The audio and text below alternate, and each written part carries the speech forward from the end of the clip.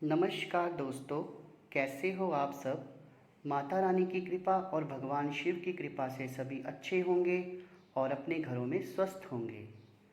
दोस्तों, आज जो विषय मैं आपके लिए लेकर आया हूँ वो विषय ये है कि हम ऐसा क्या कार्य करें कि अगर हम बहुत बुरे इंसान भी हैं तो भी भगवान को आपकी पुकार सुनकर आना पड़े। तो इससे पहले कि मैं विषय को शुरू करूं, मेरा आप सबसे आग्रह है, जो मेरे इस यूट्यूब चैनल सच्चे भगत पर पहली बार आए हैं वो सब्सक्राइब बटन को दबाकर मेरे चैनल को सब्सक्राइब कर लें, बेल आइकन को प्रेस कर लें और ऑल पर सेट कर लें, ताकि आपको मेरी आगे आने वाली वीडियो का नोटिफिकेशन मिलता रहे और आपका ज्ञान जो है वो बढ़ता रहे। तो चलिए दोस्तों, शुरू करते हैं विषय के ऊपर कि वो कौन से कार्य हैं जिनको करने से ईश्वर को अपने भगत के पास आना ही पड़ता है। इससे पहले कि मैं इसके बारे में आपको जानकारी दूं, मैं आपको ये बता देना चाहता हूं कि ईश्वर व्यक्ति के पास कैसे आता है। दोस्तों, मान लो कि आप किसी इष्ट की पूजा कर रहे हैं। आपके इष्ट माता काली हैं, भगवान शिव हैं, या फिर विष्णु हैं, या भगवान राम हैं। तो बहुत कम चांसेस होते हैं कि कोई भी ईश्वर आपके सामने प्रत्यक्ष रूप से खड़ा हो जाए और वो प्रत्यक्ष रूप से खड़ा होकर आपसे बातें करें।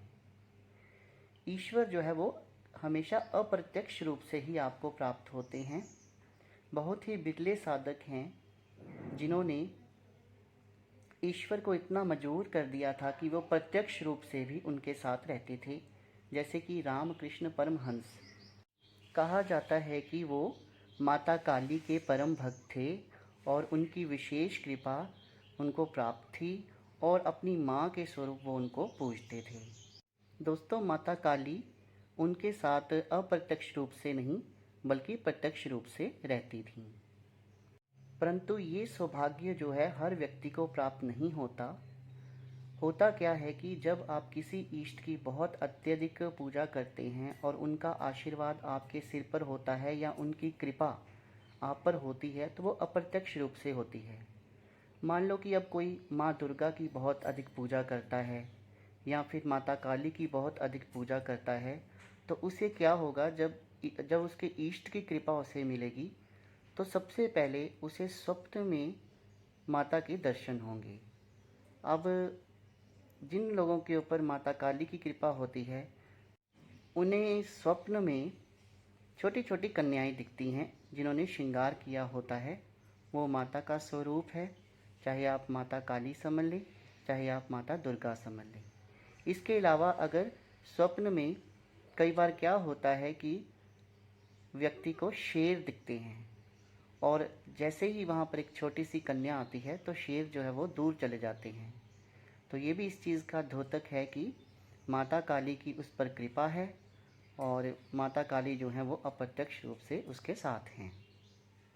दोस्तों, ज़्यादातर ये उन लोगों के साथ होता है जिनकी कुल देवी माता काली हूँ, पर ऐसा नहीं है कि जिस व्यक्ति की कुल देवी माता काली नहीं है तो उस पर उनकी कृपा नहीं हो सकती या उसकी सवारी उसको नहीं आ सकती।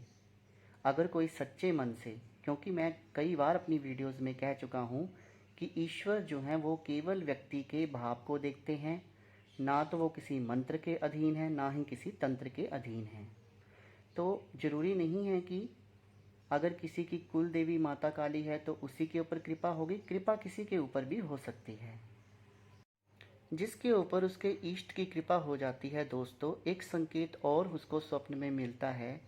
उसको जहाँ तो उस इष्ट के कोई सिद्ध पीठ के दर्शन होंगे या फिर उनके किसी मंदिर के दर्शन होंगे जहाँ पर आप कुछ समय के बाद जाने वाले हैं। तो ये भी एक बहुत बड़ा संकेत होता है। एक संकेत मैं आपको और बताना चाहूँगा। कई बार क्या होता है कि किसी व्यक्ति के साथ कोई घटना घटती है या दिन में वो कुछ कार्य कर रहा होता है और अचानक उसके मन में आता है कि ये सब तो पहले भी हो चुका है। उसके मन में ये बातें आती हैं। तो ये इस चीज़ का संकेत है कि उस व्यक्ति के ऊपर माँ दुर्गा, माँ वैष्णो या माता काली की असीम कृपा है। अब दोस्तों, मैं आपको बताता हूँ कि हमें ऐसा क्या करना चाहिए कि ईश्वर को मजबूरन आपके पास आना ही पड़े।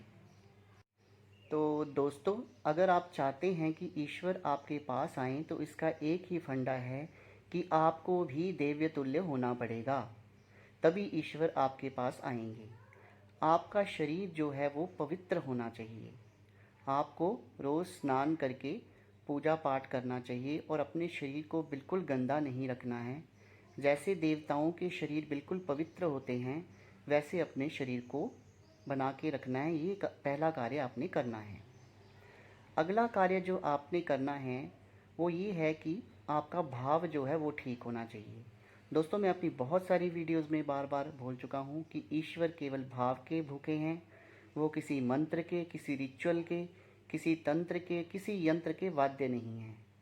वो तो केवल अपने भगत के भाव को देखते हैं और भाव को देखकर वो चले आते हैं। तो आपका भाव ठीक होना चाहिए। अब भाव का मतलब ये है कि आपके मन में छल कपट नहीं होना चाहिए। अगर आपके मन में ये बात है कि मैं ईश्वर की प्राप्ति करके जन कल्याण की भावना रखता हूँ, तो आपके मन में जन कल्याण की भावना ही होनी चाहिए, ठगी की भावना दोस्तों नहीं होनी चाहिए।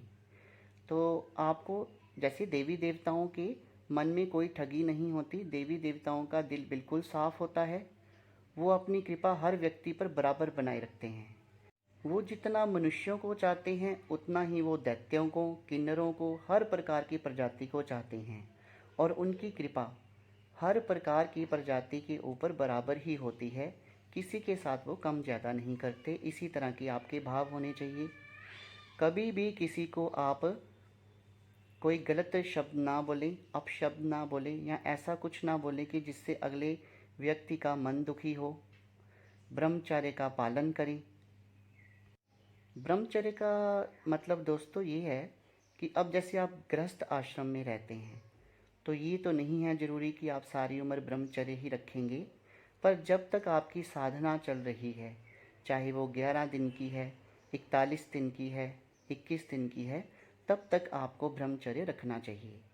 और दोस्तों, एक बात और मैं आपको क्लियर कर देना चाहता हूँ कि कोई व्यक्ति अगर 11 दिन की साधना उठाता है, 21 दिन की साधना उठाता है, तो अगर उसकी साधना सफल नहीं होती तो वो ईश्वर को ही कोसना शुरू कर देता है। दोस्तों, ईश्वर कोई कॉन्ट्रैक्ट करके नहीं आते कि आप 21 दिन के लिए ये साधना करेंगे या 21 दिन के लिए ये रिचुअल करेंगे, ये तंत्र करेंगे तो वो आपके पास आ जाएंगे। क्योंकि ईश्वर किसी के वाद्य नहीं हैं। उनकी मर्जी होगी तो वो आएंगे, उनकी मर्जी नहीं होगी तो वो नहीं आएंगे। क्योंकि ईश्वर केवल भाव को देखते हैं और ये ईश्वर की मर्जी होती है कि वो किसको अपना भगत, किसको अपना सेवक चुनते हैं। तो ये अपने मन में धारणा नहीं बनानी है कि ईश्वर किसी के बाध्य हैं या ईश्वर किसी के गुलाम हैं। अब कई बार क्या होता है कि बार बार वीडियोस में हम कहते हैं कि ईश्वर उसी व्यक्ति के पास जाते हैं जो सात्विक तौर पर रहता है, जो सात्विक भोजन करता है, मांस मदिरा का सेवन नहीं करता।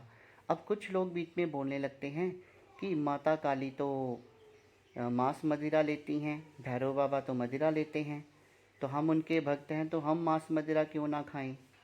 तो इस तरह की भावना भी आपके मन में नहीं होनी चाहिए। वो उनका भोग है, वो खुश होकर लेते हैं, पर इसका मतलब ये नहीं है कि हम भी अधिक से अधिक मांस मदिरा का सेवन करना शुरू कर दें। दोस्तों, ये गलत है। इससे तो आपको कोई बीमारी ही लगेगी और ईश्वर आपके निकट बिल्कुल नहीं आएंगे। दोस्तों, अंत में मैं आपको एक कार्य और बताना चाहूँगा जिसके कारण ईश्वर बहुत जल्दी व्यक्ति के निकट आते हैं। वो कार्य है जीवों की सेवा। अब जीव किनको कहते हैं? जिन चीज़ों में प्राण ऊर्जा का संचार होता है उन्हें जीव कहा जाता है। जैसे जितने भी जानवर हैं, पशु पक्षी हैं और पेड़ हैं, इन सबको जीव कहा जाता है।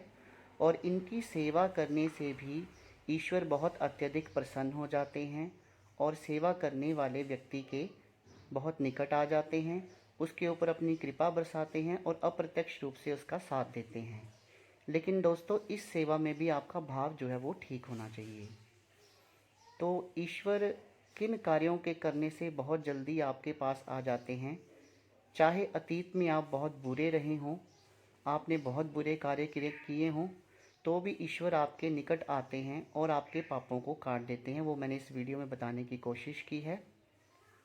अगर आपको मेरी वीडियो अच्छी लगी हो तो एक लाइक ज़रूर दे देना और इस वीडियो को ज़्यादा से ज़्यादा शेयर कर देना, ताकि ये जानकारी बहुत सारे लोगों तक पहुंच जाए और उन्हें पता लग जाए कि कई बार ज़्यादा पूजा पाठ करने से भी ईश्वर नहीं मिलते और कई बार केवल अपने भावों को, अपने कार्यों को और अपने मन की मंशा को ठीक करने से ही ईश्वर मिल जाते हैं। क्योंकि आपने देखा भी है कि जो व्यक्ति साधारण होते हैं, जिनके मन में छल कपट नहीं होता है, उनको ईश्वर बहुत जल्दी मिलते हैं। मेरी वीडियो को देखने के लिए बहुत बहुत धन्यवाद मित्रों। शुभ रात्रि।